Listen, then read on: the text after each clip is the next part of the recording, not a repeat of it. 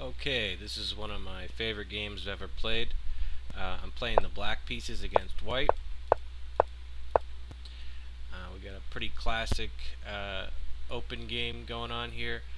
Um, Oftentimes people go for the fried liver here, bringing their knight here to pinpoint on this square, but he plays kind of passively, and so do I. I could have brought my bishop out here, but I bring it right here instead. He castles. I open up my bishop. This is a particularly good move that I like. It's dynamic. It opens up his queen, and it allows the bishop some room to re-maneuver himself if he wants to. I play this move because my goal is to trade this knight for this bishop. This bishop is the best piece on the board right now, pointed at my weak spot here on my king, and when I eventually castle, it'll be pointed right at my king and prevent my main idea in most classical games, which is to push the f-pawn, which will become a big theme of this game. So now I'm ready to move the knight here. Notice if I hadn't played the pawn here first, he could play bishop here and eventually retreat all the way out of here, and I wouldn't be able to make this trade I want to do. He pushes the pawn here. Basically this prevents my bishop from pinning the knight, which would be good, or my knight from coming in. I castle. With this move he's basically saying, well, I'm going to give my bishop a square to go to potentially, so I need to take right away. This move, knight here to here, it's not a bad move. It's not a great move either. I don't know if I recommend ideas like this. It's how I like to play, because my main goal is to get this f-file open as fast as possible. Notice I couldn't really play the knight here, which might be preferable because of the tactic of knight takes pawn, queen takes knight.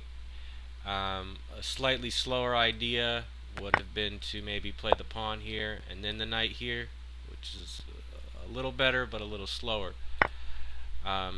So I do end up bringing the knight here to just get ready to quickly open that f-file.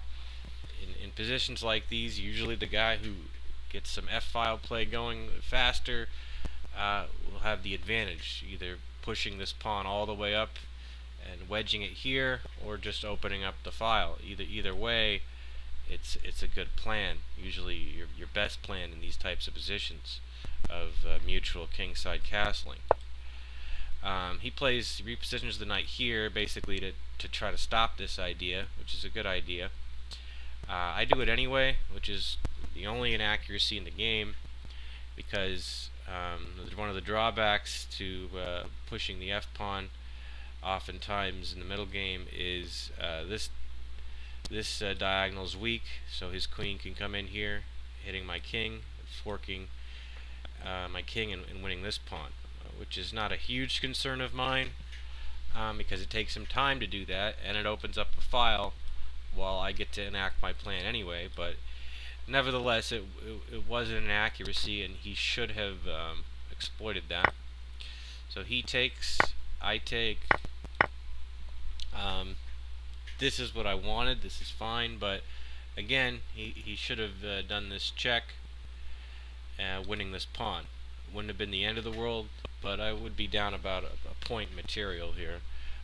But it's kind of what I want. I have the activity, he has the pawn. This is probably his first big mistake, is pushing this pawn, because it was a good idea to try to oppose the center. Usually it is, but he's given up control of the e4 square, which allows me to place a pawn there, which then gives me control of the f3 square, which is usually one of the best ways to attack a kingside castled king. Now I can put a piece there, which can be safely recaptured. There's a ton of ways to begin an attack once you have a pawn in this position. So we get to move it with tempo even, which is nice. And now this move begs to be played.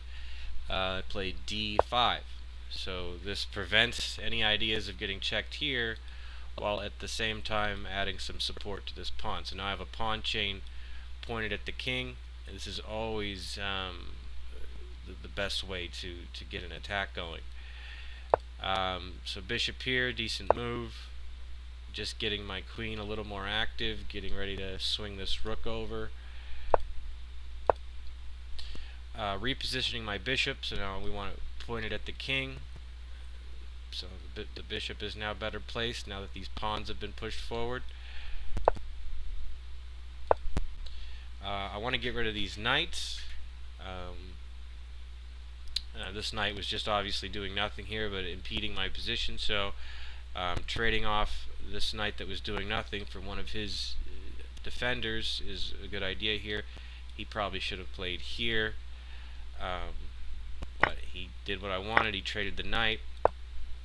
Now his only real plan is to try to get something going on the queen side, I suppose, but oftentimes the best way to defend f-file activity is to get it going yourself, either by pushing your own f-pawn to blockade the other guy's f-pawn, or just to get some extra room for defense. You get lateral defense on your pawn, you get an extra escape square for your king. So this is what he probably should have done, but instead he waits and he doesn't get the move in. And so now this is, to me, this is what chess is all about, getting these just nice positions where everything is set up for an attack on the king. We got rooks doubled on the f-file, the whole point of opening it. We got queen and bishop pointed at the king, so it just begs for an attack. So there's two ways I could go here. One would be to move my rook over, and then that'll be lined up with the king. So suddenly we have this pawn. Since this pawn is pinned, we can have an attack here, which is a good idea. But another idea that's just as good is to take advantage of this key square, f3. Talked about earlier how important this pawn is because it gives us some added control of this square. So we go ahead and play the sacrifice rook f3, which is always an interesting position. Fischer used to do this a lot. It has a couple of ideas behind it. One, you're just getting the rook more in your opponent's position, and so you're ready to laterally strike him now. But two, more importantly perhaps, is that it blocks this f-pawn from being pushed, which is again probably his only way to really defend the position. So now with this nice pawn chain and this rook here, I've basically locked out his queen side from being able to support his king side. Especially the queen. The queen is locked out from the defense of the king. So at this point the game's pretty much over. He can't take the rook for tactical reasons, and positionally he's lost. So let's see real quick if he takes the rook. There's actually a couple ways to roast him, probably 3 or 4, but the most straightforward is just to play queen takes pawn. Now I'm threatening queen h2 mate. There's only a couple ways to stop it. Bishop here doesn't make any sense. If pawn here, then we just play the rook up, and now there's no way to stop the mate here. Another way to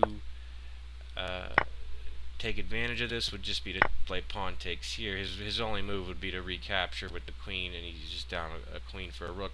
Not good. If he plays something like queen here, then again we're just going to mate him right here. There's no way to stop it, or mate him here. Just too much. So having that rook there is positionally crushing, and it can't be taken for tactical reasons.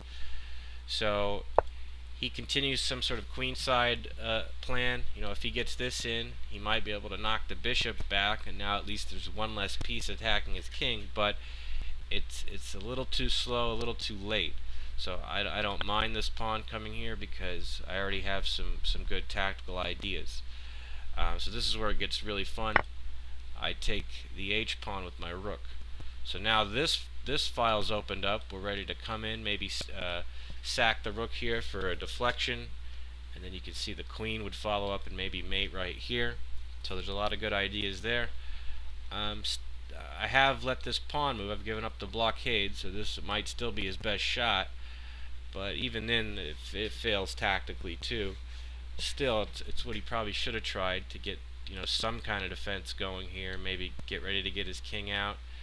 He needs to get this rook out of the way too at some point. That would have helped him because it would give one more flight square for the king.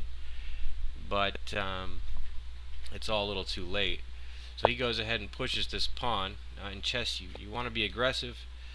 Don't want to come back if you can avoid it. So there's only one way forward, and I go for the check. At this point, we have a pretty nice position. Notice we could draw at will, just bring the bishop back. King would come here. He can never really take this rook because then the queen comes in to devastating effect. So this is where the becomes one of my favorite games of all time, because now I get to play this really fascinating move. I don't know if you can spot it.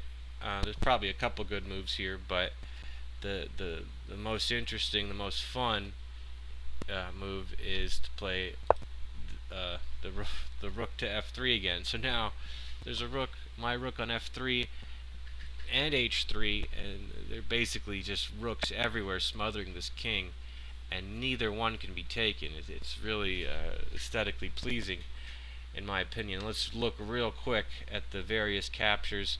Again, taking here fails pretty miserably. There's just nothing to avoid mate, whatever happens, he's getting mated. So he can't take that rook still. If he takes this rook, again, there's various ways to roast him. The best way would be to now again take advantage of the fact that the queen can slip into this square now that this pawn's been moved. But I could even get away with pawn takes here, getting ready to come in with the queen and mate here. But if he did take here, this is the cleanest way to do it. Now if king here, or if he went here, either way the rook's gonna check, and now the queen's free to come in and deliver mate. So he can't take either rook for tactical reasons, and so he's just stuck. He's locked down. There's really nothing to do. His best shot again is to try to maybe move this rook out of the way to get some space to avoid mate. He plays almost a waiting move, just bishop back, and now to finish it off, the position is good, but how do you end it? So you still have to be kind of accurate. I play queen here, and so the whole idea is to finally get my queen access to this file, so that we can get a mate going on h2.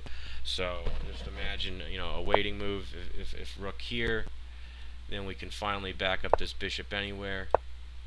King moves, rook finally does its deflection, and now queen check and the mate. So we finally have a way to actively mate him. So he finally needs to get rid of something. So he takes this rook. It didn't really matter. Whatever rook he took, it would have been the end of him. So now I just play queen takes pawn, and you can see mate is soon to follow. Just the bishop moves out of the way, and we mate him on h2. But there's multiple ways to do it. So again, the key position here, I think, is just these two rooks lined up. It doesn't really happen that often that you get two rooks just sitting in your opponent's position where they can be taken, and to me it's rather aesthetically pleasing. So I hope you enjoyed that game, and thanks for watching.